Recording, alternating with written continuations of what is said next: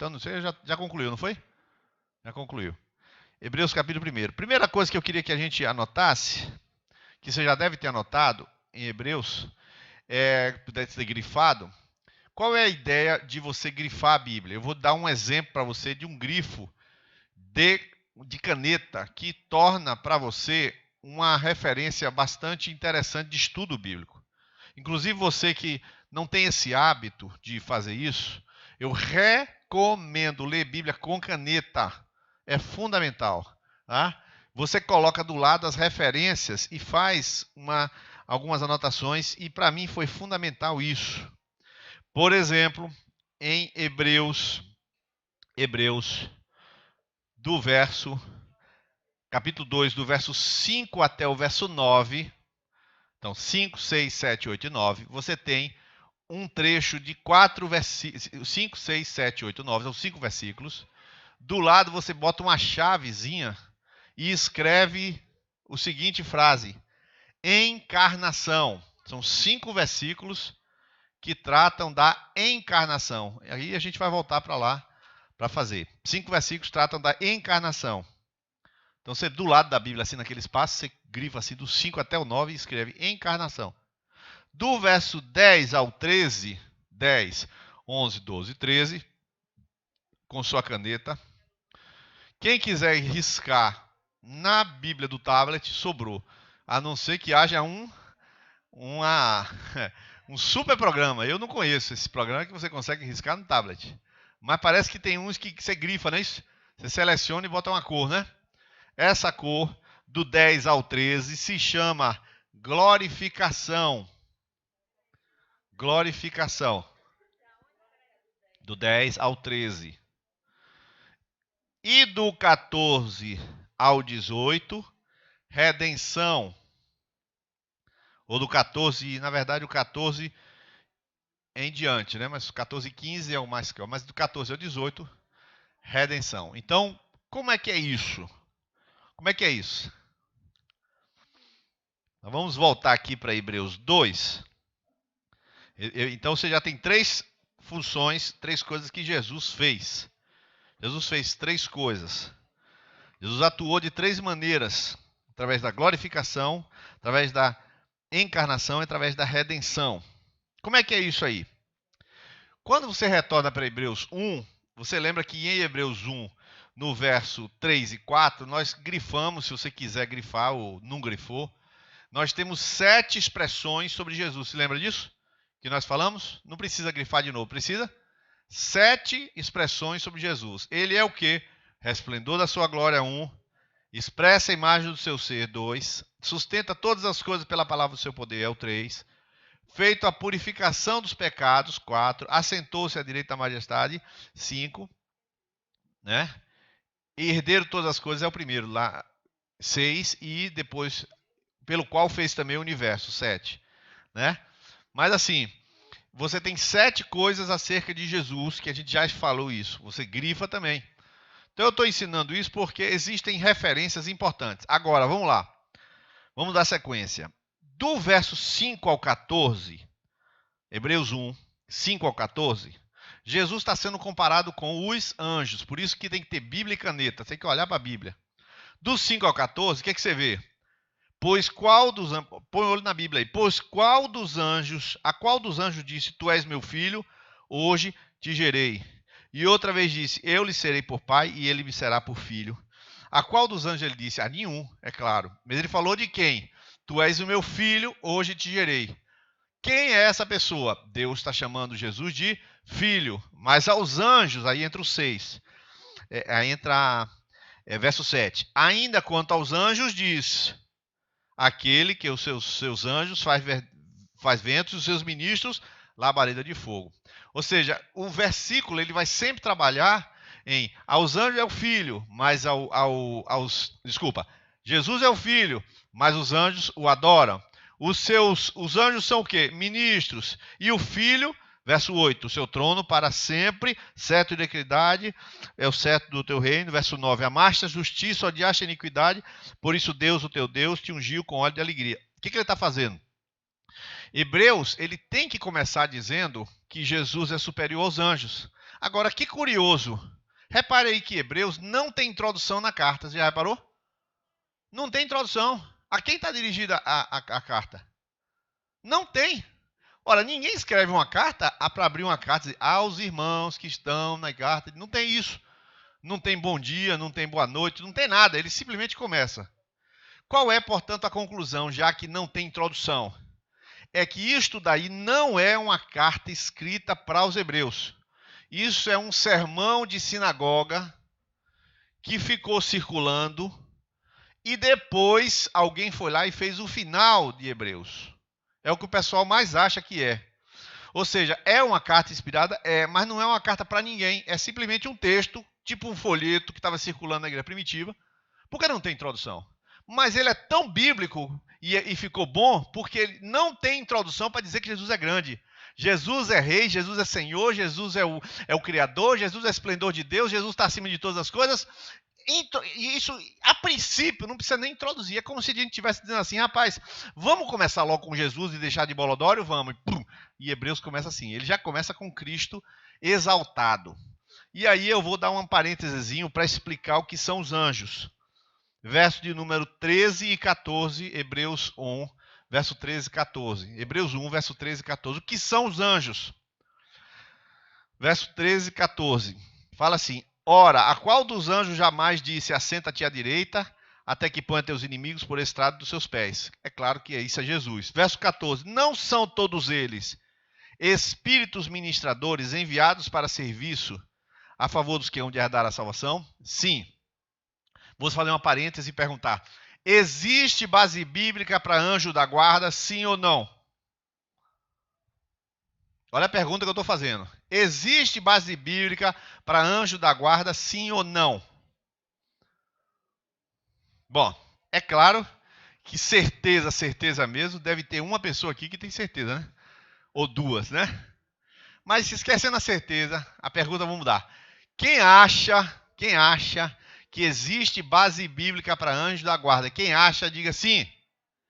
Pronto, não precisa ter certeza, basta achar. Já achou. E nem é muita gente que acha. Onde é que está essa base bíblica? Agora eu quero ver. Onde é que está essa base bíblica? Antes de eu dar a resposta para você, está cheirando aqui, não está? São insetos sendo cozinhados enquanto eu prego. Todo domingo é assim, né? Eu sendo cozinhado junto com os insetos, todo domingo eu saio pingando. Mas é por aí mesmo. Então vamos lá. Qual é a base bíblica dos anjos da guarda? Mas anjo da guarda não é isso. O anjo da guarda é você ter um anjo seu. Alguém sabe o nome do seu anjo, não? Pois eu já vi um irmão dando ordem a anjo. Bora, anjo, eu estou indo ali, bora ali. Eu já vi gente falando assim, tá? Tem uma igreja no Rio de Janeiro que os irmãos vão para o culto. Bom, a essa altura não tem mais, que essa igreja já deve ter dividida. Mas quando o irmão me falou, os irmãos iam para o culto para ouvir o barulho das asas dos anjos, né? Então era muito fácil assim, irmão tá ouvindo? Olha ali, irmão, o barulho, escuta. Aí, tá vendo? Os anjos estão batendo as asas aqui. Tem de tudo, né? Depois eu conto outras coisas. Enquanto a gente não diz a base bíblica para o anjo da guarda, que está em Mateus 18, eu explico o que é o anjo. Bom, os anjos, eles não foram feitos para falar nada para a gente como revelação. O anjo, ele não traz uma revelação. Ninguém de vocês aqui vai, de noite, o anjo aparecer e falar um treco. Não vai. Isso não vai acontecer. Se acontecer isso, pode repreender que ele some. É o anjo maligno, é o diabo que vai aparecer. Portanto, o mormonismo, os mormons, do anjo Moroni, é uma seita. Porque veio a revelação através de anjo. O anjo Moroni. Essas religiões todas valorizam os anjos e dizem que eles trouxeram revelação. Inclusive o adventismo tem envolvimento de anjo para dar revelação. A data da volta de Jesus, o anjo aparece e dá. Então toda vez que você ouvir falar de alguém que recebeu mensagem de anjo, já sabe que é mentira, heresia, é falso. Porque o anjo, ele é um espírito ministrador para ministrar a favor daqueles que hão de herdar a salvação. Ou seja, o anjo está servindo você. Ok. É bíblico você dar ordem para anjo? Bora, anjo, troca o pneu do carro aí, faça o favor que eu estou cansado. Você pode fazer isso? Poder pode, que você tem boca, mas não deve, né? Você pode fazer isso e o anjo não vai fazer nada e seu pneu vai ficar sem trocar. Principalmente as mulheres. Se fosse assim, a mulher nenhuma aprendia a trocar. Aliás, se fosse por isso, então realmente, que até hoje, né, quase... Quantas mulheres sabem trocar pneu de carro e já trocaram? Por favor, levanta a mão aqui. Peraí, vou repetir a pergunta. Olha assim, a pergunta é assim. Quantas mulheres aqui creem em Jesus Cristo como Salvador? Diga amém. Pronto, então elas estão acordadas, que eu pensei que não estava. Mas quantas mulheres aqui já trocaram, sabem trocar e já trocaram o pneu do seu próprio carro? Levanta a mão assim. Irmãos, o Senhor vai consagrar a pastora aquela ali. Não é nem pastora, é a apostoliza. É a diaconisa Ilka. Tinha que ser ela, claro. Por isso que Deus escolheu. É claro. Você vê a confirmação do ministério da mulher, né? De Ilka. É assim. A única que sabe é diaconisa da igreja. Você vê. Deus escolhe as pessoas. Deus vai procurar assim. E se aparecer outra aqui que já trocou o pneu de carro, a igreja vai consagrar a diaconisa a próxima, tá? Tô avisando. Então, os anjos, você não pode dar ordem aos anjos. Agora vamos lá, alguém já pegou Mateus 18, achou o texto? Isso, pode ler? Pois eu vos digo que os seus anjos veem a face. Exatamente. 18:10. Ou seja, não tem uma confirmação bíblica para dizer que eu, já adulto, tenho um anjo que se chama, sei lá, Moroni, pronto. Eu tenho um anjo que cuida de mim. Não tenho base bíblica segura. Mas Mateus 18:10 diz que as criancinhas têm anjos que todo dia veem a face do Pai que está no céu. Então, os anjos das crianças. Mas como eu não sou bobo, eu acho que meu anjo não pediu demissão. Quer dizer, então até hoje meu anjo está comigo. Agora eu não sei o nome dele. Pode ser que fique revezando, porque quando eu corro muito aí troca de anjo. Normalmente é assim, né? Mas você já sabe que anjo não dá mensagem, não se dá comando em anjo. O anjo ele foi feito para servir você. Agora eu faço a pergunta: quem é maior, o homem ou o anjo? Quem é maior, o homem ou o anjo? Quem acha que é o anjo, diga amém. Pronto. E quem acha que é o homem, que é maior que o anjo, diga o homem. Pronto. Todos vocês erraram. É Hebreus capítulo 2. Hebreus capítulo 2, verso 7. Aí em Hebreus mesmo, 2:7. Eu queria que alguém que achou pode ler. Por favor, leia. Isso, pode ler.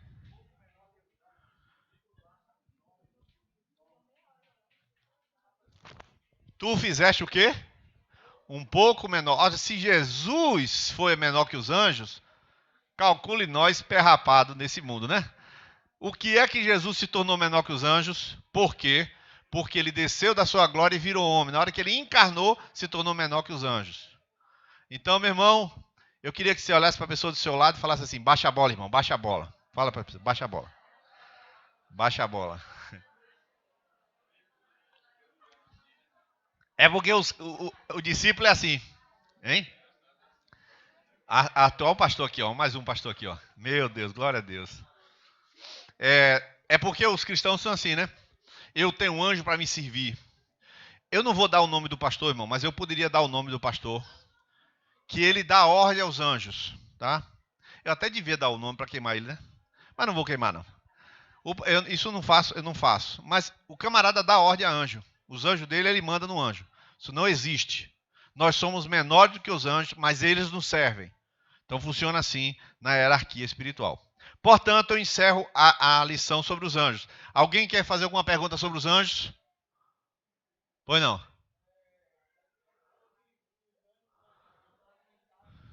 Sim, não, pra gente. Isso. Na Bíblia, como o ministério do Espírito Santo, até o momento em que eles trouxeram a mensagem, não havia ministério do Espírito Santo, então eles trouxeram a mensagem para Maria, trouxeram a mensagem para João Batista, trouxeram a mensagem no Antigo Testamento, eles apareciam, eram mensageiros. O Espírito Santo veio, acabou o ministério de anjo, falar para as pessoas. O que o anjo fez em Atos 12 foi entrar e soltar Pedro. Soltar Pedro, mandou levantar e mandou sair. Então, vai acontecer isso. Pode acontecer de um anjo dar uma palavra de encorajamento? Pode, porque o camarada está na prisão, está acabado. O anjo aparece e fala assim, levanta-te porque o Senhor é contigo. Né? O problema é que o mensageiro, nesse tempo, é o Espírito Santo e a palavra. Então, ninguém está indo atrás de anjo, nem de mensagem de anjo. Não existe isso. Nós estamos indo atrás da palavra. Por quê? Porque a última revelação não são os anjos. A última revelação é Cristo Jesus. Essa é a ênfase. Vamos lá. Agora, preste atenção. Hebreus 2. Pegue sua caneta agora. Vamos, Hebreus 2. Por esta razão, nos importa que nos apeguemos com mais firmeza às verdades ouvidas, para que dela jamais nos... O quê? Nos desviemos dela. A palavra desviar, bote aí um igualzinho, grife aí. E coloca aí. Rapaz, você acredita que eu escrevi? Coloca do lado da palavra desviar. Correr de lado. Escapulir. A palavra desviar significa correr de lado, escapulir. Essa é uma das formas de você estudar a Bíblia. Escrever o que o original significa. É correr de lado, escapulir. É isso que significa correr, se desviar.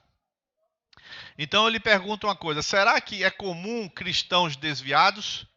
Aí você fala assim: o que é um cristão desviado? É um que corre do lado, que escapole.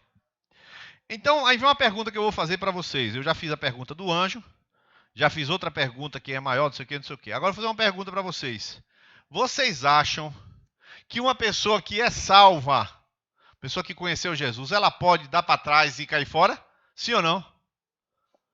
Ou já que ela é salva, está salva para sempre, nunca mais pode perder a salvação? Como é que é isso? Então, ele pode recuar, né? Pois tem pessoas que creem que os predestinados, uma vez que eles são salvos, eles jamais perdem a salvação. Já ouviu falar disso? Tem gente que acredita que o predestinado é aquela pessoa que Deus escolheu e ele pode pintar os canecos, mas no fim ele vai ser salvo. Quer dizer, no fim, né? Então ele gasta a vida todinha e dá o bagaço para Jesus lá no céu. Essa é uma teoria sem base. Por quê? Porque acabou de dizer que pessoas se desviam. Essas pessoas estão se desviando. Agora, verso 3, o que diz? Como escaparemos nós? E o que? O que diz mais?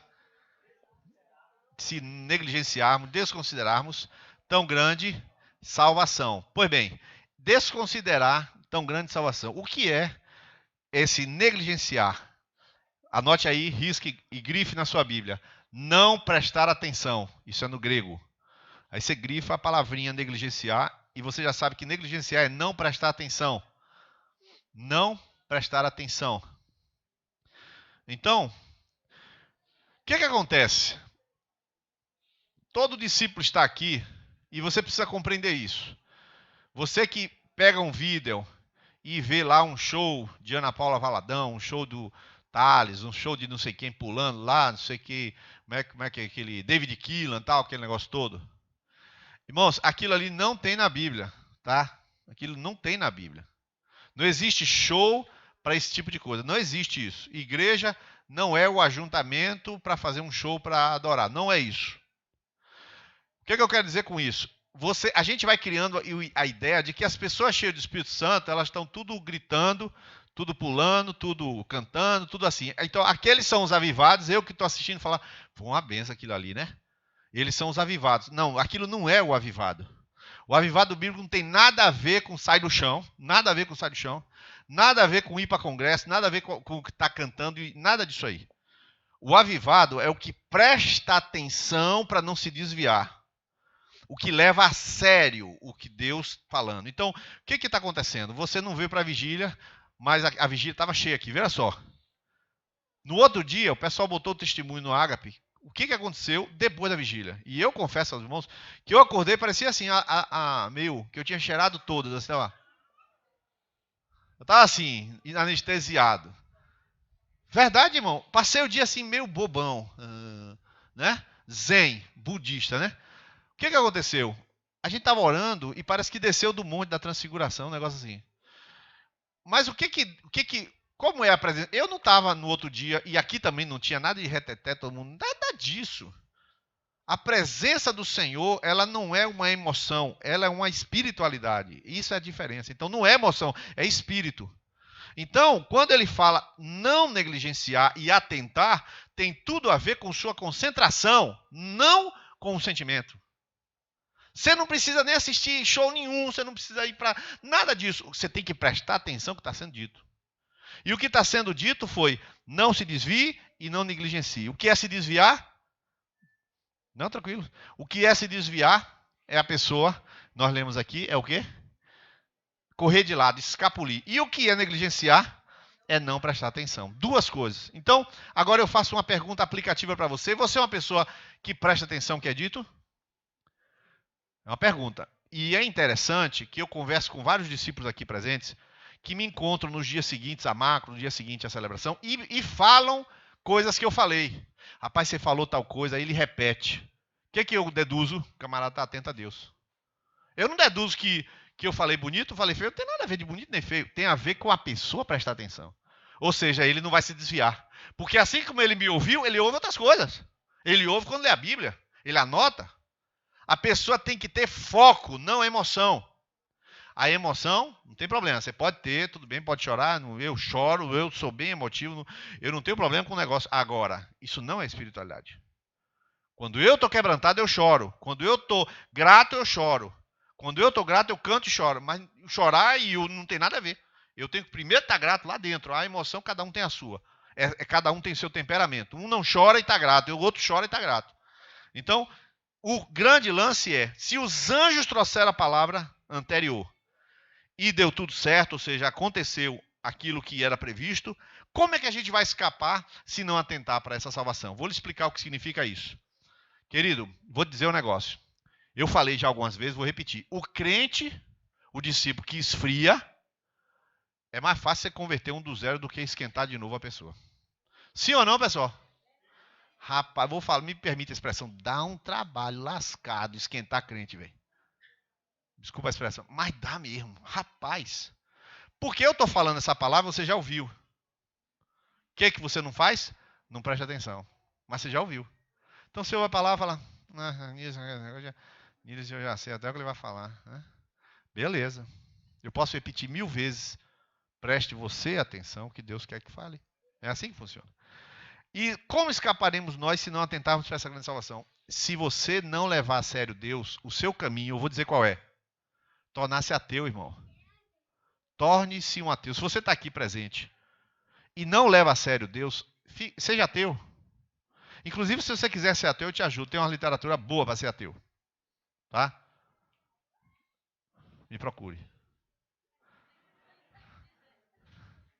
Quer dizer, vai ser difícil eu lidar porque eu vou dizer que você é burro. Mas você, sem a salvação, por exemplo, não adianta ir para o budismo. O budismo não tem Deus. O budismo não tem Deus. O budismo é a religião mais egoísta do mundo. O cara só pensa em si. Depois que ele está bem, é que ele cuida dos outros. Nunca está bem, nunca cuida. Então, rapaz, é uma tribulação. Agora, no caso do cristianismo, se for para a religião, é melhor virar ateu. O que você tem que fazer é não negligenciar e não correr de lado, não escapulir. Vou falar outra coisa. Se algum pecado você cometeu, se a gente comete e tem que confessar o pecado, e tem que confessar mesmo, falar do nosso mau coração, dói, dá trabalho. Sabe o que você faz? Doa, mas faça. Porque não há outra salvação senão essa. Ou seja, não tem, não, eu vou esquecer. Não vai. Como escaparemos? Não tem outra. O católico, ele pode estar mal, né? Aquele que não é praticante, que a maioria não é praticante mesmo. Aí o que ele faz? Ele chega para o líder de célula, tem acontecido isso. Ele chega para o líder de célula e pede uma visita de um pastor. Camarada católico, aí pede que o pastor vai visitar. Amanhã mesmo vou visitar um câncer terminal. A pessoa me ligou ontem, 2h da tarde, vou visitar um lá. E você podia vir aqui? Eu pensei em um pastor aqui em Feira Santana, mas só me veio você na cabeça. Eu não estou congregando, não estou em igreja nenhuma, mas eu sei que você poderia vir aqui, você aceita aí. Isso é direto, irmão, não acontece isso. Quer dizer, o cara tem uma escapatória. O cara não quer nada, mas tem uma escapatória. E o crente, qual é a escapatória? Chamar o pai de santo? Não, chamar o pai de santo, porque o pastor não dá certo, talvez o pai de santo cure. Ninguém faz isso. Só tem um jeito, irmão, ralar e enfrentar de frente o pecado, enfrentar de frente a confissão, aceitar a disciplina, correr. Não existe salvação para o crente, a não ser ir para frente. A última detalhe desse negócio, que eu queria que você pegasse, um detalhe importantíssimo, é o verso 2 e o verso 1 e 3. Qual é o tempo da conjugação verbal do versículo? Olha a pergunta que eu fiz. Qual é o tempo da conjugação verbal? Eu, tu, ele, nós, vós, eles. Primeira pessoa do plural, 1 e 3. Primeira pessoa do plural ou primeira pessoa do singular, segunda pessoa do singular? Qual é? Primeira pessoa do plural, qual é o tempo, qual é a conjugação? Nós. Se é nós, o autor é um cristão. Se é nós, o autor é um cristão que fala para outro cristão. Portanto, ele se inclui no grupo. Portanto, é obrigatório dizer que essa carta foi escrita por um judeu convertido para outro judeu convertido. O nós cria um elemento de inclusão. Sabe por que eu estou falando isso? Porque isso é um detalhe exegético importante. Quer ver? Essa carta não foi escrita por Paulo. Qualquer pessoa que acredita não sabe ler grego. Quem for ler grego vai descobrir que ela não foi escrita por Paulo, porque Paulo não usa o vocabulário dessa carta. Ele não tinha vocabulário dessa carta. Todas as cartas de Paulo não têm as palavras desse capítulo. E tem um versículo que eu queria que você abrisse. Hebreus 13, o último versículo de Hebreus 13, verso 23. É uma prova de que foi Paulo que não escreveu. Hebreus 13, verso 23. O que diz aí? Notifico-os que o irmão Timóteo foi posto em liberdade. Esta expressão, você pode botar irmão Timóteo. Você pode colocar do lado dessa notificação e escrever não foi Paulo. Por quê? Porque Paulo não chamava Timóteo de irmão e nunca chamou ninguém de irmão fulano. 13, 23. Paulo nunca chamou ninguém de irmão fulano. Nunca. Então, o que eu quero mostrar com isso? Que os detalhes das cartas, eles definem muita coisa. O tempo verbal, nós não podemos nos desviar. E aí eu dei essa dica para vocês para fechar. Mas vamos terminar Hebreus 2. Volte para Hebreus 2. Então, qual é a primeira coisa? Vou terminar Hebreus 2 agora. Volte lá para Hebreus 2.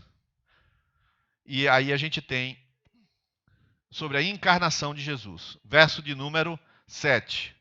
Fizeste-o por um pouco menor que os anjos, de glória e de honra o coroaste, constituíste sobre as obras das tuas mãos, todas as coisas sujeitaste debaixo dos seus pés. Agora, olha o que está acontecendo no Brasil. A Isto É acabou de publicar, amanhã você vai comprar Isto É, compre, que o Delcídio do Amaral fez uma denúncia, uma delação premiada que envolve Lula e Dilma na delação premiada. Aí você lê esse versículo de Hebreus 2, verso de número 8, fala assim, ora, desde que ele sujeitou todas as coisas, nada deixou fora do seu domínio. Ponto. Agora eu queria que você lesse o final do 8, que começa com a palavra agora. Todo mundo lê esse versículo aí, o restante do 8? Agora, porém... É ou não é verdade isso?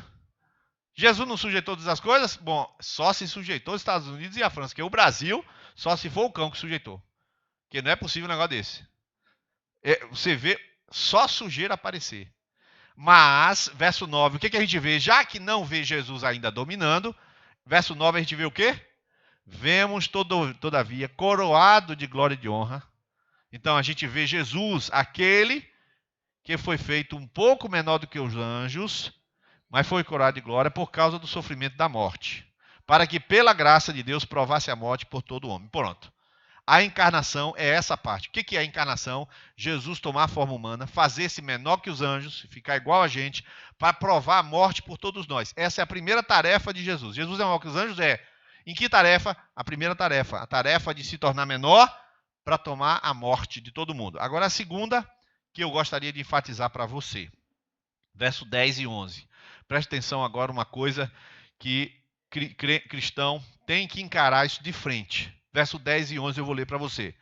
Porque convinha que aquele por cuja causa e por quem todas as coisas existem, conduzindo muitos filhos à glória, aperfeiçoasse por meio de quê? Por meio de quê? Espera aí, vou repetir. Porque convinha que aquele por cuja causa e por quem todas as coisas existem, conduzindo muitos filhos à glória, aperfeiçoasse, através de quê? Por meio das aflições ou do sofrimento, o autor da salvação deles. Irmão, vou fazer uma pergunta. Aperfeiçoar Jesus? Como é que vai aperfeiçoar uma pessoa perfeita? Tá bom. Quais são os tempos verbais da nossa conjugação? Presente do indicativo. Indicativo. Presente, vamos lá, professor de português, olha lá. Presente, pretérito, imperfeito. Eu estava, tu estavas, ele estava. Pretérito, mais que perfeito, quer dizer, passado mais perfeito. Depois, o que mais? O que mais, professores? Vamos lá? Futuro perfeito e o outro presente, mais que perfeito. O que é mais que perfeito? Ora, você tem Jesus nascido, potencialmente pleno, que eu vou fazer ele se tornar mais pleno. Como eu posso fazer um negócio desse? É porque é o seguinte, Jesus, ele nasce homem e se torna salvador. Quer dizer, eu faço um upgrade de Jesus. Ele está vivendo na terra como um homem. Como ele morre como homem, ele se torna salvador. Quer dizer, eu aperfeiçoei, que eu tornei ele agora mais do que perfeito, se ele já era perfeito. Na verdade, ele se tornou um salvador, sendo ele homem. Então, Jesus, ele avançou um outro degrau. Agora, ele fez isso através de quê, queridos? Através de quê que eu li? Através de quê, amados? Pois bem, deixa eu dizer uma coisa para você. Os 3 irmãos que estão na Unimed estão sendo o quê? Eles só estão sendo aperfeiçoados se estiverem agradecendo a Deus por aquilo que lhes aconteceu. Se estiverem dizendo, Senhor, tu sabes por que eu estou nesse hospital. Senhor, todas as coisas cooperam para bem, mas o casal que assumiu o trabalho, trabalha na Acros, Áticos, aquela empresa que é concorrente da Rinode. Áticos. É Áticos? Pois, Áticos, né? Pois eles tiraram férias para participar da conferência. Tiraram férias da empresa, porque se eles tivessem certeza que era a vontade de Deus, quando eles voltassem das férias, iam pedir demissão para vir de novo para o campo. Aí eles tiram férias, entram no carro, 5 horas depois estão num hospital. 12 horas depois estão no hospital com a perna quebrada, fratura exposta, não sei o que. Agora pega esse caso aí, me responda, é de Deus ou não é eles virem para o campo? Tu tá pensando que é fácil? Sofrimento lima o camarada, velho. Tá vendo Nayana alegrezinha aqui? Eu tô alegre porque Danilo tomou a decisão, que tá tudo certo, a condução de Deus. Isso nós estamos em março. Mas quando tiver em setembro, quando Nayana tiver chegar aqui, você vai responder para abraçar, beijar. Eu não estou dizendo que ela vai perder a fé, claro que não. Mas Jesus vai limar você, você querendo ou não. Viu, Angela? A gente está clamando sangue agora, Jesus, eu não. Tá bom, eu vou lhe dar a senha 23, fique tranquila. 22 na tua frente, mas é tudo ao mesmo tempo, irmão. O tratamento de Deus é igual ao mesmo tempo para todo mundo. Como é que Deus aperfeiçoa você? Fazendo você sofrer. Gostou dessa notícia? Quantos não gostaram, diga amém. É isso aí, tem que dizer, irmão. Os que não disseram, estão gostando de sofrer, não tem problema não. Deus abençoe vocês, mas você tem que ser honesto. Jesus foi aperfeiçoado sofrendo. Agora, por último, Hebreus 2,14. Visto como os filhos participam de carne e sangue, também ele igualmente participou, para que pela morte destruísse aquele que tem o poder da morte, isto é, o diabo. E agora o verso 15. Todo mundo vai ler o verso 15. Vamos lá? e livrar-se, sujeitos à escravidão por toda a vida, com medo da morte. Eu vou repetir o que eu falei domingo passado. Irmão, você precisa encarar a morte de frente. A sua vida é uma semente para você ressuscitar. Semeie a vida e levante na vida eterna. Quem não quiser a morte, não terá a vida eterna. Não, eu vou fugir da morte, vou fugir da morte, vou fugir da morte, vou fugir da morte. O que é fugir da morte? A sua morte é seu ticket, irmão. Sua morte é seu ticket para você ir para a vida eterna. O que não quer dizer que você vai se suicidar, né? Você vai ficar na ponte aqui. Jesus, eu vou ficar. Se bater um vento forte, eu vou logo para a glória. Negativo, né? Você não pode tentar o Senhor Deus. Está escrito, não tentarás o Senhor teu Deus. Não vai fazer isso. Eu vou andar 160, se capotar é da vontade de Deus. Não é assim, né? Viu, Karine? Cuidado, viu, Karine? Está tentando ao Senhor Deus, né? Então não pode ser assim. Isso não tentarás o Senhor teu Deus. Né? Ela vem na BR aí, não sei que velocidade, depois Jesus e tal, né? Não sei que velocidade não, estou brincando. Mas você está entendendo, a morte é uma ferramenta do diabo você ter medo da morte. O objetivo de Satanás é fazer com que você não queira morrer. Você se lembra, queridos, que eu falava há um tempo atrás, nunca mais falei, mas já falei recentemente, eu sempre falava, irmão, crente tem que aprender a morrer. Aí eu falei uma besteira terrível, que eu já não falo mais, falei assim, é capaz de Deus me dar um câncer aqui para ensinar os outros a morrer. Aí eu não falo mais isso não, tá? Mas eu falei. O que eu estava querendo dizer é que pessoas não sabem lidar com a possibilidade de morrer. Morrer é fantástico, irmão. Você vai lidar. Agora, falei do pai do pastor do sogro do pastor Francisco. Falei aqui também uma vez. Se lembra disso? Fui conversar com a esposa do pastor Francisco, aquele da cadeira, Francisco Antônio, da cadeira de roda. Fui conversar com ele. E a esposa dele, que foi conversar comigo, falou assim, meu pai, quando chega no consultório, ele reclama com o médico. Mas ele está no espírito tão bom que ele fala, eu não quero exame não, eu só vim aqui, bom, obrigado, porque eu quero ir para a glória, eu já servi a Jesus, já evangelizou, e dá licença aqui, começa a evangelizar no consultório. Aí eu falei, não, eu tenho que levar esse velhinho lá, camarada, nem perna para andar direito ele não tem, mas o espírito, ele quer morrer, ele está feliz da vida, não me toque não, eu quero ir para a glória, eu quero ver Jesus. E bem, aí o pessoal mete exame, mete remédio, e ele, não, eu estou bem. Eu fiquei impressionado, é raro encontrar uma pessoa hoje que perdeu o pavor da morte. Mas qual é o problema? O diabo ele tem o domínio para você, para lhe atormentar. E eu vou encerrar dizendo o seguinte, você acha que você tem algum pecado, que por isso se capotar o carro, acontecer um negócio, o bandido, não sei o que lá das quantas, aquele pecado vai lhe tirar da vida eterna, é isso? Irmão, o poder do sangue de Jesus está toda hora sobre a minha vida. No dia que eu digo de manhã, Senhor, irmãos, se o Senhor olhar para mim e for levar para o estado do meu coração, eu não consigo ser salvo. Eu não consigo. Dúvida.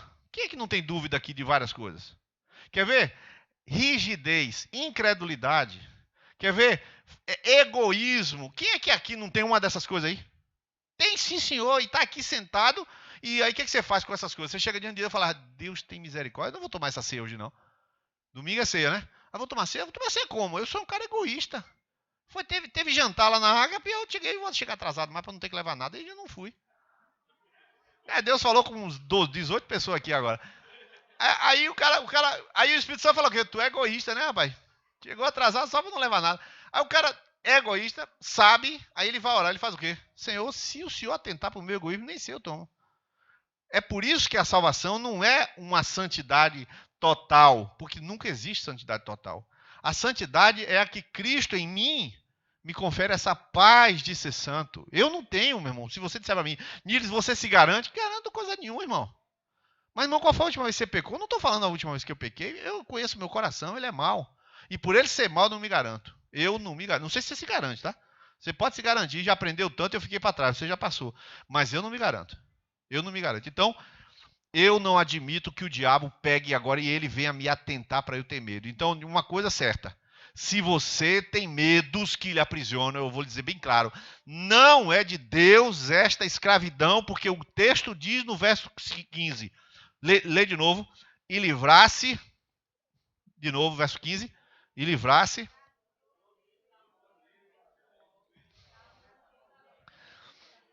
Isso. Então, a paz de Deus, que excede todo entendimento, guarda você. Mas o medo que o diabo coloca sobre você se torna para você o quê? Uma escravidão. Então, essa noite a gente termina Hebreus 2 falando o quê? Jesus é maior que os anjos, mas Jesus fez 3 coisas que anjo nenhum fez. Jesus encarnou, Jesus, através do sofrimento, foi aperfeiçoado e foi glorificado. E a terceira coisa, Jesus foi lá e livrou todo mundo do poder do diabo. Anjo nenhum podia fazer isso. Então Jesus, além de ser maior, ele é maior do que os anjos, porque ele fez 3 obras que anjo nenhum pôde fazer. Ele foi encarnado, ele foi glorificado e ele redimiu a humanidade. Certo? Então é assim que a gente lida com a nossa realidade. Por isso que a advertência é importante. Você não tem alternativa. Ou você segue Jesus ou vira ateu. Ou você vira ateu. Que Deus te abençoe, que Deus te fortaleça. E eu queria nessa noite orar. Eu queria orar por 2 coisas. Aqueles que têm vivido de algum modo um sofrimento, de algum modo uma frieza espiritual, de algum modo têm vivido uma vida sem atentar, uma vida de negligência. E de algum modo também têm vivido a vida de medos. Então são os medos e são a negligência e também é uma vida de desatenção àquilo que essas coisas têm. Eu queria orar por você nesse momento e eu queria que você curvasse suas cabeças sentado mesmo. E você que é uma dessas 3 demandas que está sobre você. Você está numa demanda, como eu falei, de sofrimento, uma demanda de esfriamento, negligência ou uma demanda de medo. Aí onde você está mesmo, você pode pôr a mão no seu coração. E eu queria nesse momento que a gente orasse. Quando terminar de orar, eu vou dar a resposta daquela minha pergunta que eu fiz, tá bom? Vamos orar nesse momento.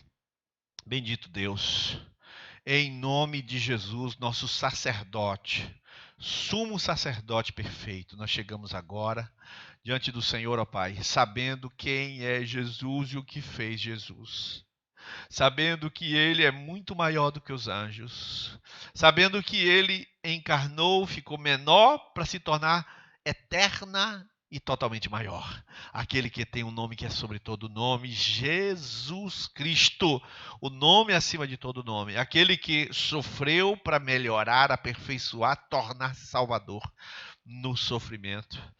E aquele que na terra destruiu os medos todos que escravizavam, medos nas mãos do diabo. Nós queremos esta noite, Senhor, confessar ao Senhor que nós não temos recurso para nos livrar do medo, nos livrar da frieza e nem vencer o sofrimento, mas nós chegamos àquele que tem recurso agora, que é o Senhor. Pai, em nome de Jesus, o vencedor, destrói esta escravidão de medo daqueles que estão com medo esta noite. Medo do filho morrer, medo do filho isso, medo do marido aquilo, medo da sua saúde, achando que uma doença vai roubar de ti, roubar a vida que eles nem controlam, nem sabem, nem têm nas mãos. Tu és o autor da vida. Senhor, ainda que o Senhor controla a vida, Senhor, sobretudo, liberta do medo agora, Jesus. Quebra, porque nós sabemos, Jesus, que tu quebraste esse império do diabo, mas quebra o império agora no coração. Senhor, aqueles que vivem, Senhor, de algum modo resistindo ao sofrimento, de modo que transforma o sofrimento, meu Deus, em uma arma como se o Senhor estivesse torturando. Senhor, nós queremos dizer, Senhor, o Senhor sabe moldar os vasos que são teus. Nós aceitamos o agir e o tratar do Senhor em nosso coração. E por fim, Senhor, aqueles que estão desatentos, que estão escapulindo, meu Deus, que não estão prestando atenção devida a esta salvação em Cristo Jesus. Nós pedimos que o Senhor queime, meu Deus, queime o ídolo que está atraindo ao olhar externo. Queime, Senhor, esta atração, esse desejo externo, queima isso em nome de Jesus. Que haja, Senhor, um ardor pelo foco certo, pelo alvo certo, por Jesus Cristo. Em nome de Jesus. Amém, amém. Você tem um minuto aí para compartilhar no sua mesa. Diz assim, irmão, em nome de Jesus. Toma de volta essa palavra. Fala alguma coisa para as pessoas que estão na mesa aí. Alguma coisa do que você ouviu. Um minutinho, vai. Fala aí. Irmão, Deus abençoe você e tal. Fique atenta. Vamos retomar em nome de Jesus? Diga alguma coisa.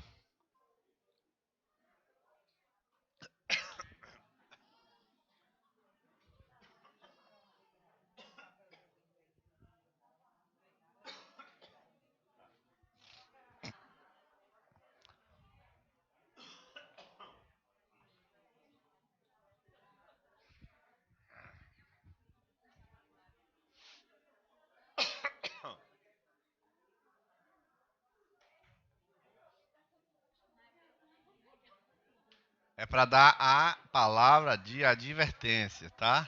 Ou de motivação em cima do que você ouviu. Arthur, presta mais atenção à palavra, viu? Foi um exemplo. Amados, eu encerro aqui essa noite dizendo que eu vou colocar no Facebook da Videira, a resposta arrumadinha do que eu falei, tá? Não vou falar porque eu vou respeitar o horário. Eu estou sendo muito chato com o horário, então eu vou respeitar o horário de vocês. Vou colocar o Facebook da Videira a resposta. Vou colocar ali, qual é a herança? Aí botar. Como foi que essa herança? Eu vou botar tudinho certinho. Creio que amanhã de manhã já está lá no Facebook da Videira, tá bom? Que Deus te abençoe. Domingo que vem os homens estarão aqui às 9 da manhã para o nosso café. Dilzete pede que você entregue o papel do aniversário, tá? Dilzete está pedindo o papel dos aniversários. Deus abençoe, amados.